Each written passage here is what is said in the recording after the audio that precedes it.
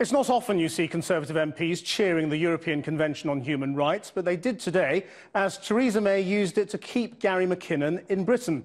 It was rather different to how they waved terror suspect Abu Hamza off a few days ago to face trial in America. But the reaction in Washington to today's decision is expected to be cold, as we'll hear in a moment. And they might well have reason to be more angry soon, because the government is also changing the whole system. Our social affairs editor, Jackie Long, reports. It's taken 10 years, but Gary McKinnon's battle to stay in Britain has finally been won. He may still face a trial here, but his mother, arriving at a press conference today, said that holds no fear. Content the decision has saved her son's life. I was so scared I would lose Gary because he felt completely worthless. He thought he had destroyed everyone's life, and he felt he didn't deserve to be here. And he also felt he couldn't face being taken from everything he knows. Gary McKinnon is accused of hacking into 97 US government computers from his home in London. The 46-year-old, who has Asperger's and suffers from depression, always claimed he was looking for evidence of UFOs. In a rare interview 3 years ago, clearly surprised by the seriousness of his case. I probably wasn't even thinking of, in terms of jail sentences. But when the National High-Tech Crime Unit arrested me, they did say, oh, you might get 6 months community service or perhaps a year inside. And so it's a very different world now.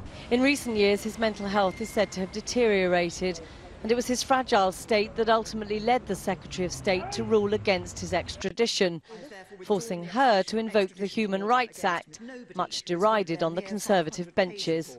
I have concluded that Mr McKinnon's extradition would give rise to such a high risk of him ending his life that a decision to extradite would be incompatible with Mr McKinnon's human rights. Her decision brings to an end a decade-long fight by the Americans to try Gary McKinnon on American soil. In 2002, a US court charged him with the biggest military computer hack of all time. 2 years later, the US government requested his extradition. A string of appeals, including to the European Court of Human Rights, failed. Since 2008, though, with the Daily Mail campaign in full swing, there's been growing support for his case.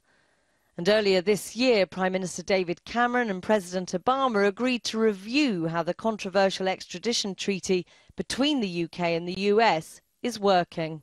Former Labour Home Secretary Alan Johnson was quick to condemn the decision today, calling it a damaging one. Gary McKinnon is accused of very serious offences.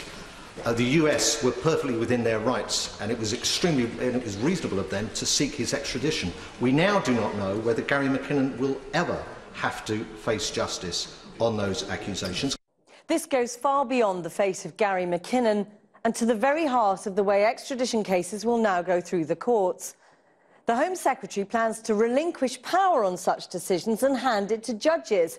And she wants those judges to have the freedom to block extradition if it's decided justice would be better served by trying the person here at home. But her decision has provoked huge controversy, and not just among Americans.